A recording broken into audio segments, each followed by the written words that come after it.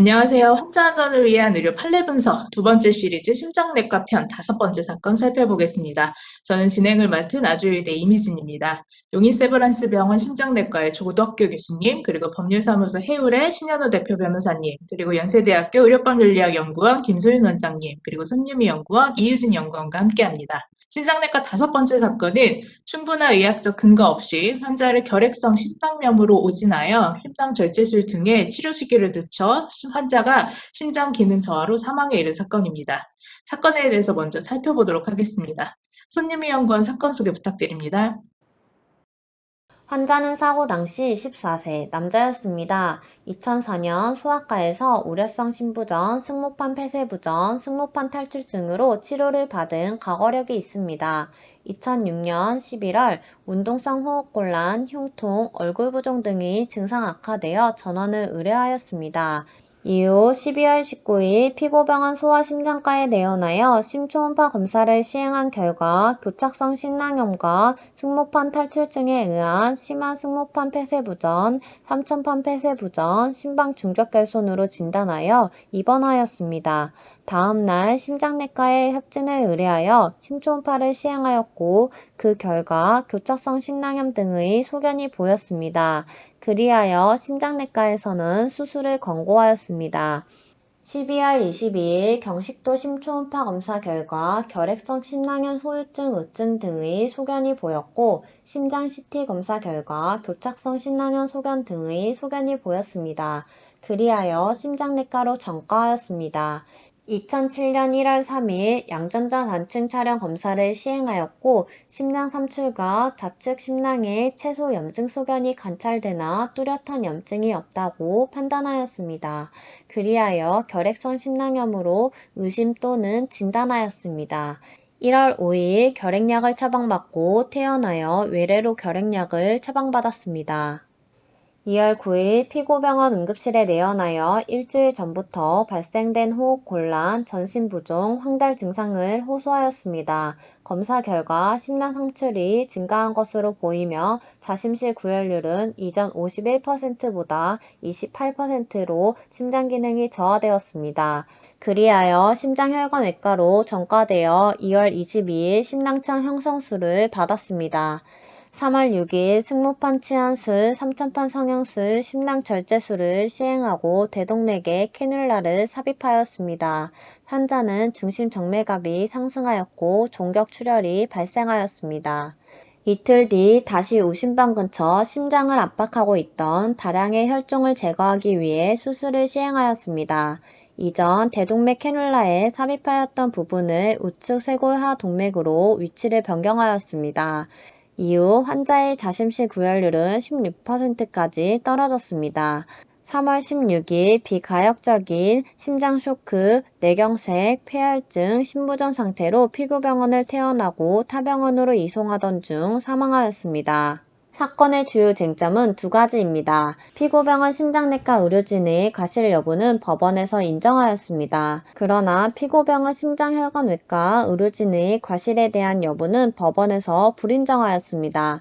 쟁점 사항을 좀 더 자세히 살펴보겠습니다. 피고병원 심장내과 의료진의 과실에 대한 쟁점입니다. 법원 측은 내원 당시 교착성 심낭염 외에도 빠른 수술적 치료를 요하는 중증 심장질환을 가지고 있었으므로 치료 시기가 늦어졌음을 판단하였습니다.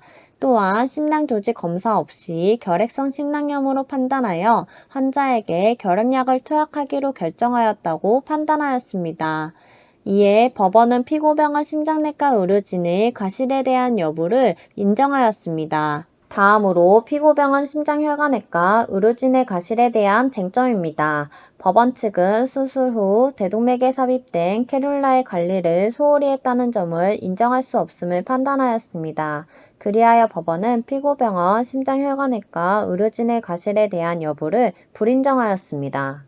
이 사건은 충분한 의학적 근거 없이 환자를 결핵성 심낭염으로 오진하여 심낭절제술 등의 치료 시기를 늦춰 환자가 심장기능 저하로 사망한 사건입니다. 원인별 재발 방지 사항을 살펴보도록 하겠습니다. 우선 의료진을 포함한 직원 측면입니다.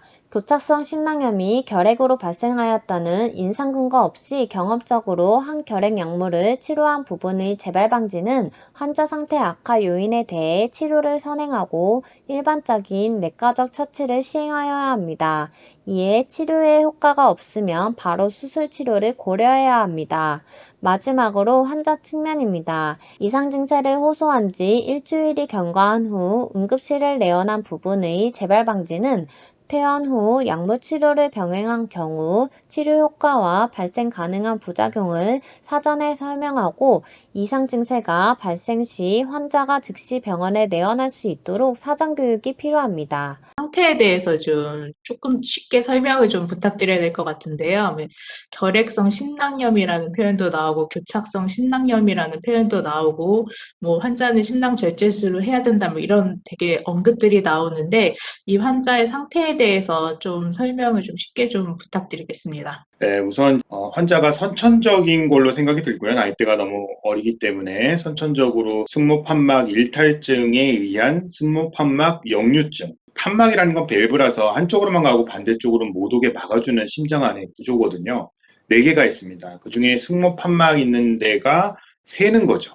앞으로 가기만 해야 되는데 앞으로 갔다 뒤쪽으로 역류가 돼가지고 피가 새서 문제가 되는 게 한 가지가 있고요. 네, 그것 때문에 2차적으로 생긴 선천판막 역류증도 굉장히 심했고, 그다음에 선천적으로 또 가지고 있는 심방 중격 결손도 같이 있어서 선천적인 질환을 가지고 나이가 이제 어느 정도 될 때까지 견뎠던 환자인데, 하필이면 이제 그게 꼭 동반되지 않아야 될 교차성 심낭염. 이게 뭐냐면 심낭이라는 건 심장을 싸고 있는 막인데요. 이 막이 막 쪼여드는 겁니다. 심장을 이렇게 쪼여드는 건데 그 원인 중에 가장 대표적인 게 결핵이죠. 특히 우리나라는 결핵이 워낙 많기 때문에 결핵 환자 때문에 거의 교착성 심낭염이 거의 온다고 얘기할 정도로 결핵이 흔하기는 합니다.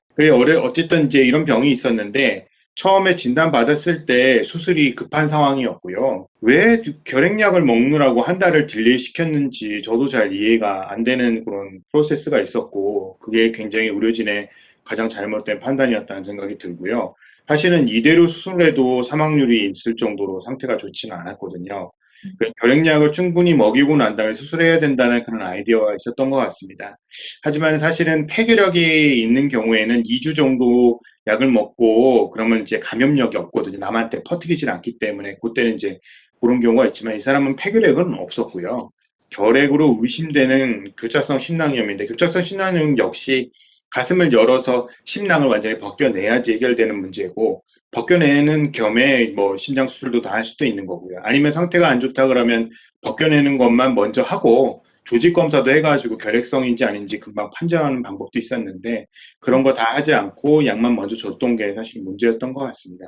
그리고 이제 약 먹느라고 이제 결국에는 딜레이 되면서 황달이 점점 심해져서 교차성 심낭염이 되면은 심장을 이렇게 막 쪼이기 때문에 심장 안으로 피가 잘 못 들어오거든요. 피가 못 들어오면 그 뒤쪽 부위에 간이라든지 다리라든지 뭐 이게 다리 부종도 오고 간도 붓고 그러면서 황달이 오는 거기 때문에 이 상태면 굉장히 심각한 상황이었던 생각이 듭니다.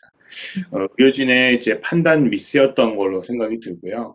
그리고 이제 과실이 조금 인정된다 이렇게 볼 수 있을 것 같습니다. 하지만 환자의 상태가 처음에 만났을 때보다 굉장히 위중한 상황이었고 한 달 딜레이가 과연 진짜 사망의 직접적인 원인이었냐 그거는 약간 좀 고민해 볼 수 있는 그런 상황이 될 것 같습니다.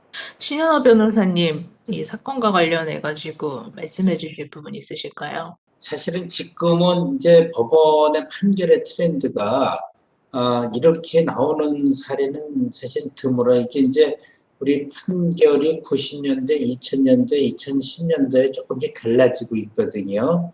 그러니까 전체적으로 우리 법원이 굉장히 보수화되고 있어요. 그러니까 이제 과실이나 인과관계를 옛날에는 많이 추정하는 이론에 의해서 판결해줬는데 최근에는 거의 형사 판결화처럼 원고가 인과관계도 직접 입증을 해야 되고 과실도 직접 입증을 해야 되는 그런 추세로 가고 있습니다. 이 사건 같은 경우는 또 몇 개 특이한 게 그 최근의 트렌드가 이런 수술이 지연돼서 무슨 뭐 했다는 부분에 대해서는 사실 입증하기 계량화시키기가 굉장히 어렵거든요.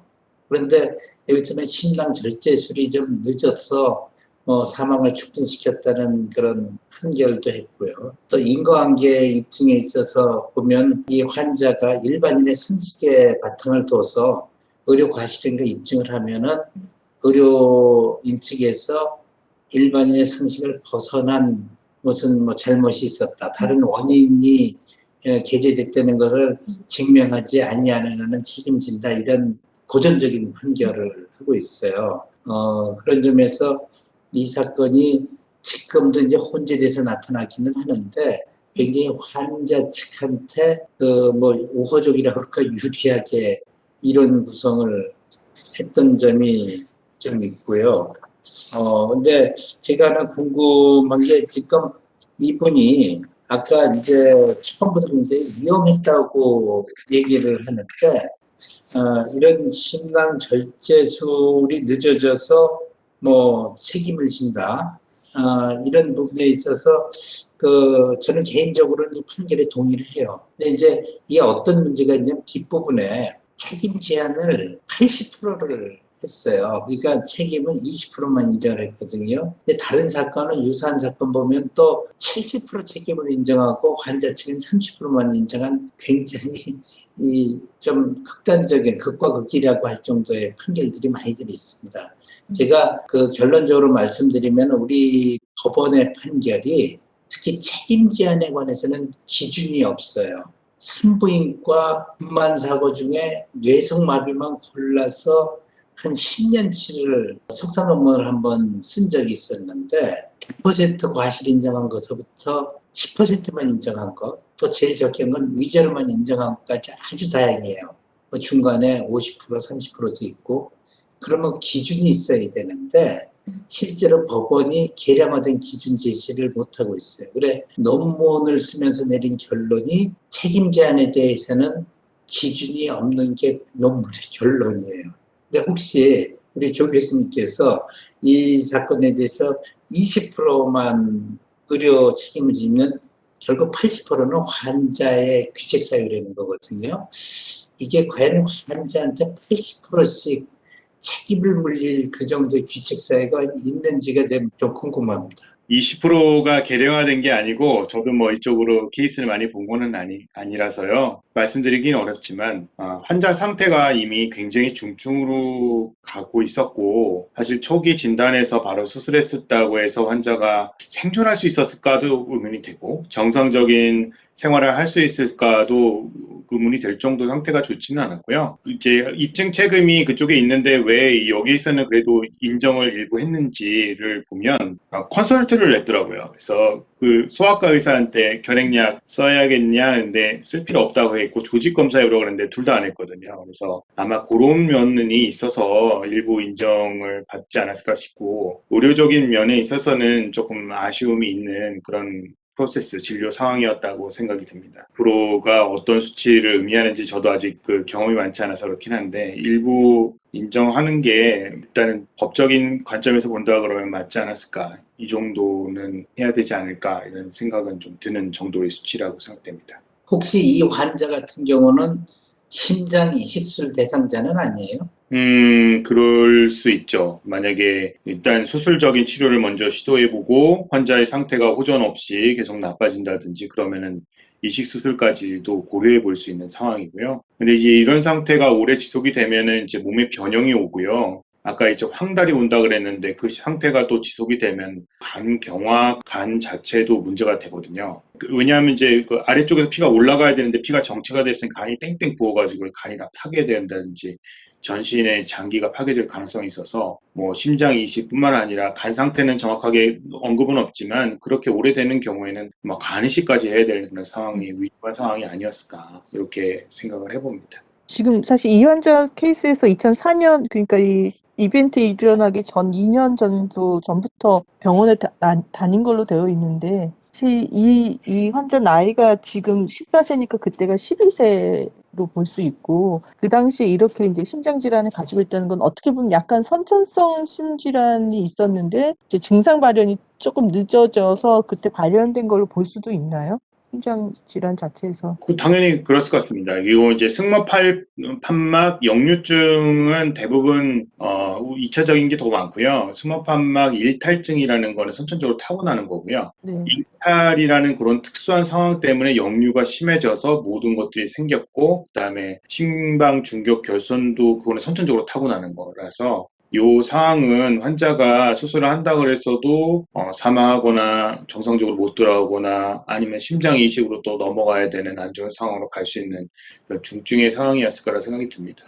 그래서 뭐 이렇게 두둔하는 건 아니지만 TB약을 쓰면서 그래도 지켜보고 싶다는 거는 해도 안 좋을 것 같은데 이걸 언제 해야 되나 이렇게 고민되는 거 그런 것도 아마 있을 거라고 생각이 되는데 정확하고 옳은 판단은 아니었다는 생각이 듭니다. 한 가지, 그리고 아까 결핵약 썼던 부분에 대해서 그렇게 증거가 없었음에도 어떻게 보면 결핵약을 쓴 거잖아요. 그러니까 그냥 이렇게 증상만 의심할 수 있지 나머지 결핵에 대한 어떤 결핵균이 있다라는 입증이 된 게 전혀 없는데. 아까 말씀드린 것처럼 교착성 심낭염의 원인 중에 결핵이 가장 흔하고 특히 우리나라는 결핵이 압도적으로 많습니다. 결핵약을 우선 쓰는 거는 사실 저도 반대인데 결핵약을 쓸 수 있는 뭐 그런 잘못된 판단을 하게 된 이유가 되지 않았을까 생각은 듭니다. 근데 거기서 한 가지 이게 만약에 수술을 하려고 보면 아까 처음에 잠깐 말씀하셨지만 혹시 결핵이면 이제 지금 우리 수술실들이 결핵 환자를 수술한 다음에